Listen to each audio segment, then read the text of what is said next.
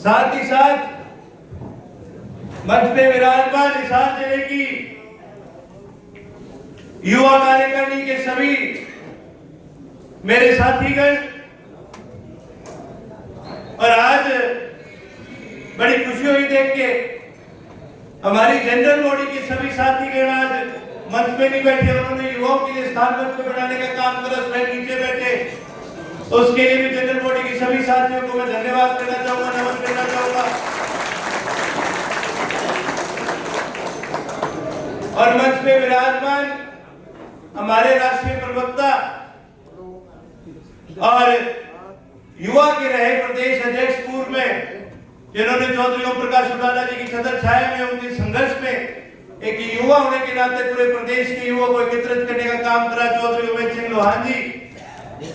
सर्वप्रथम यहाँ पहुंचने पर आप सभी को धन्यवाद करना चाहूंगा। जिस प्रकार बहुत ही मान व सम्मान के साथ आप सभी ने मेरा यहाँ स्वागत करा, उसके लिए तहे दिल से जी आप सभी को बहुत बहुत धन्यवाद है। साथ ही साथ आज का संबोधन हम आगे बढ़ाए उससे पहले मेरे युवा साथी आए हैं, मैं आप सबके बीच में एक सवाल रखना चाहूंगा। क्या अभी तो मैं बोलूंगा 10 मिनट, लेकिन उससे पहले मैं आपसे ये सवाल करना चाहता हूं कि जब ये सम्मेलन हमारा हो जाएगा, जब ये मीटिंग हमारी हो जाएगी, जब सारी चर्चाएं हो जाएगी, तो उसके बाद एक बार आप बैठ के जितनी भी चर्चाएं हो उसके ऊपर विचार जरूर करना, क्योंकि ये विचार करना जरूरी है। आज हमारे लिए बहुत ज्यादा है, और खासकर हमारे युवा के लिए, क्योंकि देखो जो हमारे बुजुर्ग हैं उनकी तो आ रही है पेंशन, उन्होंने अपनी सारी उम्र संघर्ष करा है और उन्होंने कहीं ना कहीं इस संगठन को, इस प्रदेश को आगे बढ़ाने का काम करें। लेकिन आने वाले समय में भाई हम कैसे प्रदेश में हम जीना चाहते हैं, ये फैसला तो हमें करना पड़ेगा, कोई और तो करेगा नहीं। अब फैसला ये करना है कि भी किस प्रकार के प्रदेश में जीना है। भाई ऐसे प्रदेश में या ऐसा प्रदेश बनाना चाहते हो हरियाणा को जिसमें जिन लोगों के नीट में 0 नंबर आवा वह डॉक्टर बन जाओ, ठामड़े पर बैठे हो, ऐसा प्रदेश आप देखना चाहोगे? कभी थारी पढ़ाई लिखाई की कोई कदर को नहीं, हाँ आरएसएस का जयराम जी का नारा लगा दो फिर सामने की मेरा नौकरी मिल जाए, ऐसा प्रदेश चाहते? या फिर ऐसा प्रदेश चाहते हो जहां पर बच्चे जब धरने पर बैठते हैं तो वह सिक्योरिटी गार्ड और वह अध्यापक जिनकी जिम्मेवारी बढ़ती है इनको पढ़ाने की, वो उनके ऊपर लाठियां बरसाते और सरकार उनका समर्थन करती है, ऐसे प्रदेश में रहना चाहते हैं। हिसार के अंदर, हिसार एग्रीकल्चर यूनिवर्सिटी के अंदर जो अच्छा हुआ आज हम सबको ध्यान है, लेकिन देखने वाली बात यह है कि क्या हम इस प्रदेश में रहना चाहते हैं जिस प्रदेश के अंदर इतना बड़ा हादसा होने के बाद, इतना बड़ा आंदोलन होने के बाद आज भी वह अध्यापक, आज भी वह गार्ड और आज भी बच्चे ओबीसी जो है उनके ऊपर आज तक कोई कार्रवाई नहीं। या फिर ऐसे प्रदेश में रहना चाहते हो जहां बहन बेटियों को कोई मान सम्मान नहीं। नारनौंद के अंदर हमारी बहनों के साथ शोषण हुआ, वो धरने पर बैठे और सरकार ने क्या करा, उनके ऊपर लाठियां बरसाने का काम करा, उन पे पर्चे कराने का काम करा। क्या ये नहीं क्या हमारे समाज में? आज मेरे युवा साथी है, मेरे बड़े बुजुर्ग बैठे हैं, मेरे को एक बात आप बताओ, मन पे रखते बात बताइए।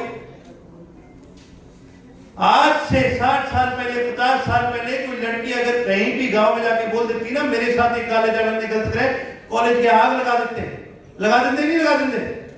रीप कर के गिरा ये थारा कांग्रेस का विधायक तो जाके कहे कि बेटियों बहनों बैठो मत, थारी पढ़ाई खराब हो जाएगी। क्यों भाई? साल में एचयू में जब थारी राड यूबीसी गेल थी, जब तो तू जाके कहे मैं 37 विधायक ने लाके खड़ा कर दूंगा, और यो जो थारा ये दूसरा कॉलेज जो थारे कांग्रेस वाले रिश्तेदार का था तो के कहने लग गया, कहने लगे कि ना जी घर चले जाओ, थारी पढ़ाई खराब हो जाएगी।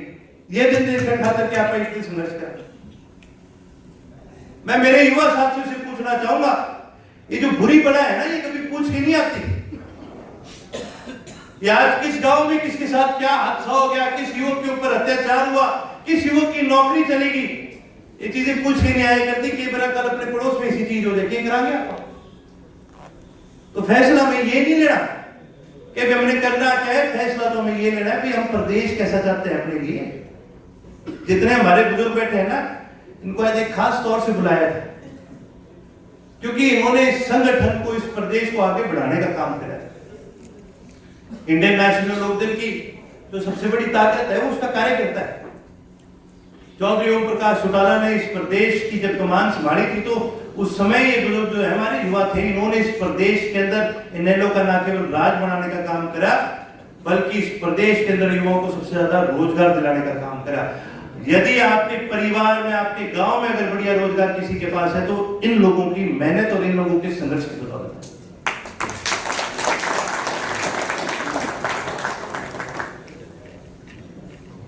सबसे बड़ा इनका योगदान इस प्रदेश के अंदर हमारे भविष्य के लिए रहा है। आज भी है जब हमारे बीच बैठे हैं तो वो इसलिए नहीं बैठे कि इनका कोई फायदा हो जाए, आज भी इसलिए बैठे हैं तो इसलिए बैठे हैं कि भाई हरियाणा प्रदेश का फायदा होना चाहिए। और फायदा इन्होंने करा, मैं आपको इसका सबूत देने का काम करूंगा। आपके आशीर्वाद से, सहयोग से, प्यार से मेरे को मौका मिला हरियाणा की विधानसभा में जाने का। तो हमें क्या है कि हमें एक बड़ी ताकत मिलती है विधायकों को कि हम सरकार से कोई भी, क्योंकि अपने आईटीआई को नहीं हुआ है, आईटीआई में तो 100 फॉर्म भरने पड़े, फीस भरनी पड़े, 100 के में हुआ है। एक विधायक को ये सुविधा होती है कि भी हम सरकार से सीधा कोई भी सवाल लिखित में मांगेंगे तो जवाब देना पड़ता है, कोई भी सवाल करेंगे। तो हमने क्या करा दिया, हमने सवाल लगाने शुरू करे भाई कौन से महकमे में कितनी कितनी नौकरियों की कमी है। भाई पता चला पुलिस महकमे में 23,000 से ज्यादा पोस्ट जो है खाली पड़ी है। भाई 23,000 पुलिस वाले कम होने का मतलब समझ रहे। और फिर जब उनसे पूछा भाई क्या करोगे इसका, तुम 23,000 कैसे पूरे करोगे, तो मंत्री जी जवाब दें कहने में कह जी हमने होमगार्ड वाले ला दिए इनकी जगह। भाई वाह, बड़ा अच्छा काम करे था हमने।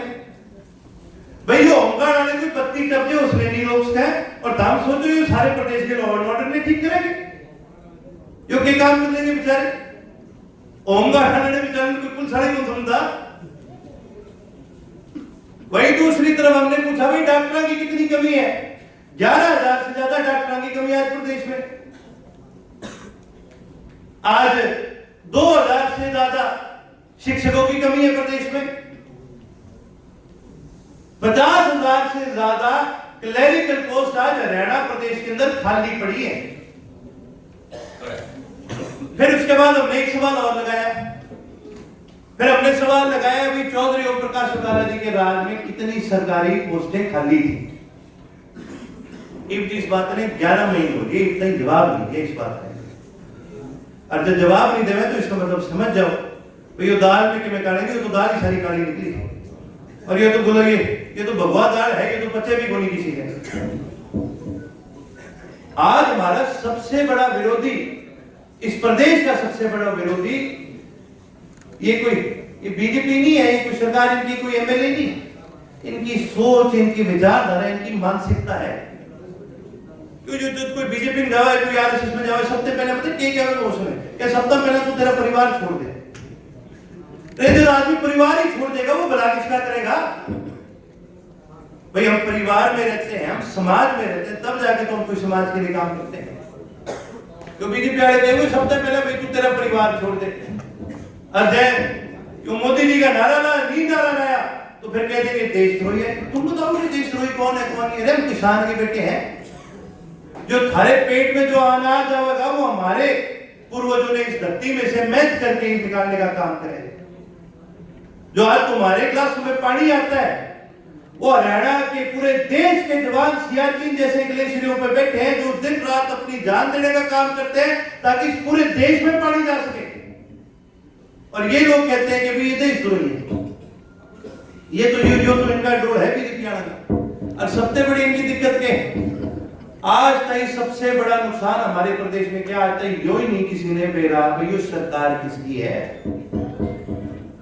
मुख्यमंत्री कहते मेरी कौन सा है, अफसर कहते जी मेरी कौन सा है, विधायक कहते जी मेरी कौन सा है, मंत्री कहते जी मेरी कौन सा है। अरे जाने किसी को यही बता दो थारा धनी कौन है, कौन बैठा है इनके ऊपर, कौन चला रहा है, यही नहीं कह।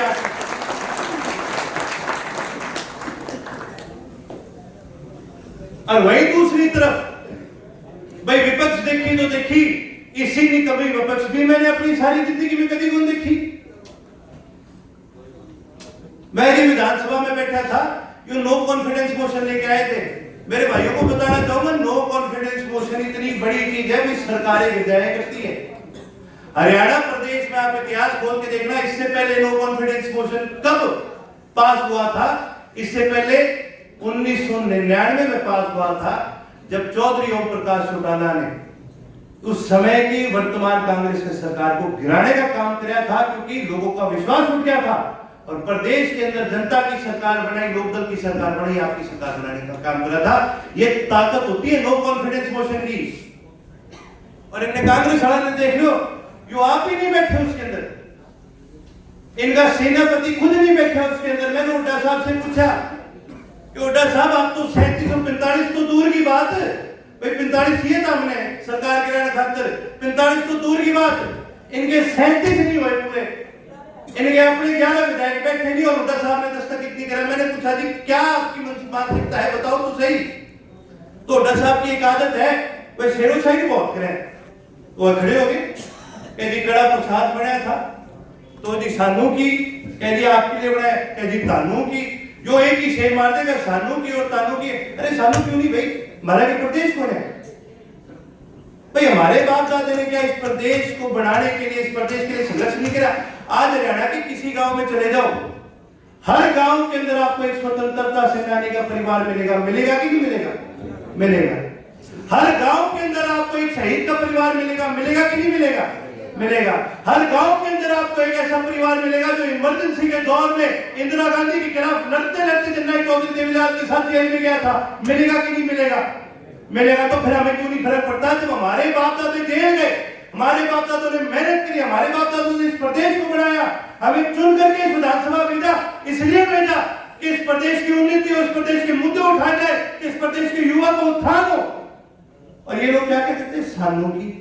तो भाई साहब 5 साल बाद आओगे, कहोगे समर्थन दो, तो हम भी कह जाएंगे भाई सानू की, चलते रहे काम। जो है इनका रोल, ये लड़ नहीं सकते, कमजोर हो लिए। लड़ने के लिए आपको आंकड़ों की जरूरत नहीं है, लड़ने के लिए सीने के अंदर एक बड़ा दिल चाहिए, और इनके दिल तो छोटे होते जा रहे हैं चुनाव के बाद। अरे जिसको जनता ने सर पर बिठा दिया, ताज पहना दिया, बोल दिया जा सरकार बना ले। जो आदमी के इतना ही रोल नहीं था कि यार 45 आदमी मैं इकट्ठे कर लूं, फिर वो के खाक प्रदेश चला होता, और वो के खाक अपनी लड़ाई लड़ेगा। आज भी इस प्रदेश के अंदर अगर कोई युवा का मुद्दा उठाता है तो चौधरी करण सिंह उठाते हैं, चौधरी अभय सिंह उठाने का काम करते हैं। आज भी इस प्रदेश के अंदर जब लॉ एंड ऑर्डर की बात आती है तो सबसे पहले यदि कोई खड़ा होता है तो इंडियन नेशनल लोकदल का कार्यकर्ता खड़ा होता है। इस साल में उन बच्चों के ऊपर जब नेट बरसाए गए तो आईएसओ के हमारे साथी वहीं खड़े थे और उनके साथ खड़े थे।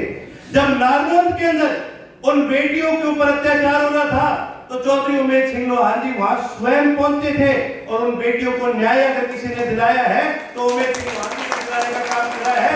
ये कांग्रेस बीजेपी की बस की बात नहीं है। समाज में अगर कोई लड़ाई लड़ता है तो वो लोकदल का कार्यकर्ता, लोकदल का युवा साथी, लोकदल का आदमी मेहनत करता है। तो इसलिए मैं ज्यादा लंबा समय नहीं लूंगा। अर्थात आखिर में यही बात कहूंगा जो बात मैंने आपको सबसे पहले कही थी। फैसला तो अब यही करना है कि भी रहना किस प्रदेश में है। ऐसे प्रदेश में रहना है जहां आप मेहनत करो, आप पढ़ाई करो, 3-3 साल लगते हैं डिग्री के लिए कम से कम। और यहाँ तो कोई पीएचडी करा हुआ भी होगा, है कि कोई पीएचडी एमए वाले यहाँ पर भी कई साथी मेरे को दिख रहे हैं। साथियों एक चीज बताओ, मेहनत आप करो, सारा कुछ आप करो, और जब रोजगार बाहर के किसी और लड़के को मिल जाए जो हरियाणा प्रदेश का ही नहीं है तो दुख होता है कि नहीं होता? हमें इस बात से कोई आपत्ति नहीं है कि भी बाहर का कोई लड़का नौकरी लग रहा है। हमें आपत्ति इस बात की है कि अगर हरियाणा में काबिल बच्चे हैं फिर बाहर के बच्चे क्यों लड़ रहे हैं? तो हमने ये भी पता कराने की कोशिश करी भी क्या कारण है, क्यों ये बाहर प्रदेश के बच्चे लग रहे हैं, हरियाणा के बच्चे क्यों नहीं लग रहे इतने पढ़े लिखे होने के बाद भी? तो हमें नाश का जड़ मिल गया सारा। यो नाश का जड़ के है, यो नाश का जड़ है HKRN। तो हमने सारे ने सुने क्या है कि सरकारी नौकरी के अंदर एक बहुत बड़ी सुविधा होती है कि नौकरी पक्की होती है, और सरकारी नौकरी के अंदर उससे भी बड़ी सुविधा होती है कि आने वाले भविष्य में कोई भी तरह की कोई तकलीफ हो जाए, कोई मेडिकल जरूरत पड़ जाए, कोई इमरजेंसी हो जाए, बच्चों की पढ़ाई है, 100 चीजें, हर चीज में सरकार मदद करती है, सरकार की जिम्मेवारी बनती है मदद करना। लेकिन ये जो HKRN है, ये HKRN तो क्या है भाई, आध में तो सरकार है और बाकी आध में प्राइवेट कंपनी है। अब भाई बताओ, मेरे पत्रकार साथी बैठे हैं, युवा साथी बैठे हैं, भाई बताओ ये कंपनी है कौन सी, को यही बता दो। आपको पता है ये कौन सी कंपनी, कौन इस कंपनी का मालिक है, किसका रिटेल लगा है इसके अंदर, किसी को ध्यान है? प्राइवेट कंपनी है भैया। आदि यो आदि कंपनी गुजरात से आई, ये कंपनी हरियाणा की नहीं। ये बताओ यार, ये कंपनी वाले आपका काम करेंगे या अपना काम करेंगे? ये कंपनी वाले ऐसे लोग हैं जो केवल और केवल अपना काम अपने मुनाफे के लिए करते हैं। जब ये लोग हरियाणा के नहीं है, हरियाणा के बच्चे लगाएंगे। आज हमारे प्रदेश में सबसे बड़ी दुविधा ये है, इस प्रदेश को ऐसे लोग चला रहे हैं जिनका इस प्रदेश से कोई मतलब नहीं।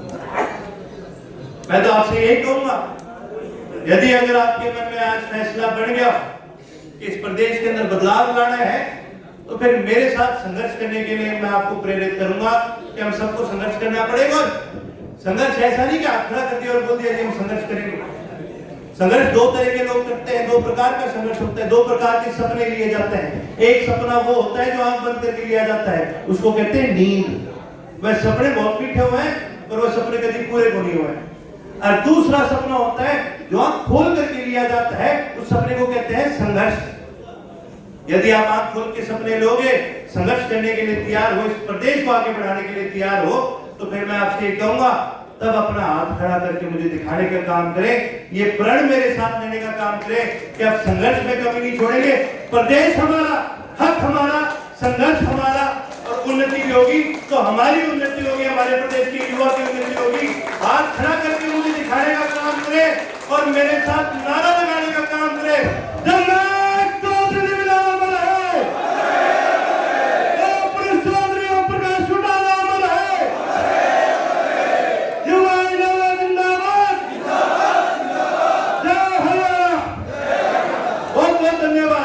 सभी साथियों